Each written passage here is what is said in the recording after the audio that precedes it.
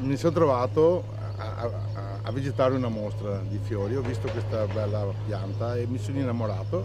Ero incominciato un po' alla volta a comprarne 1, 2, 3 e sono arrivato a 160 piante. Così raccontava ai microfoni di Antenna 3 Luigi Toscan nel 2008 e proprio in questo inizio di primavera, quando sbocciano le sue amate azalee, si è spento all'età di 86 anni, 4 mesi dopo la moglie Luciana con la quale era stato sposato per 60 anni.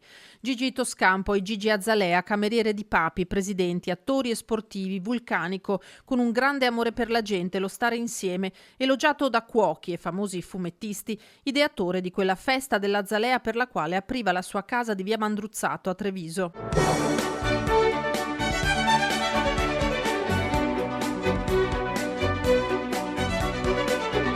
Originario di Santa Maria del Rovere, da sempre legato al quartiere di Santa Bona, aveva venduto bibite allo stadio Tenni quando ad allenare il Treviso era il Paron, Nereo Rocco.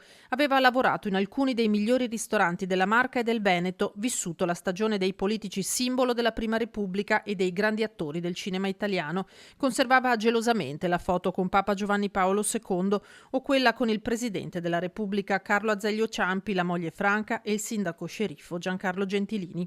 A lungo dipendente della provincia, con la pensione si era dedicato con passione alle azalee, complice il figlio Fabio, attuale gestore della pizzeria Ciaro de Luna di Arcade. Così nel 2012. L'importante è che abbia tanta torba e dato da diciamo, l'acqua che lei ha bisogno e sarebbe bene tenerle all'ombra. Questi qui sono un'eccezione al sole perché io ci metto gli ombrelloni per proteggerle nei momenti più caldi. I funerali di Gigi Toscan saranno celebrati martedì pomeriggio alle 15:30 nella chiesa parrocchiale di Santa Bonanuova.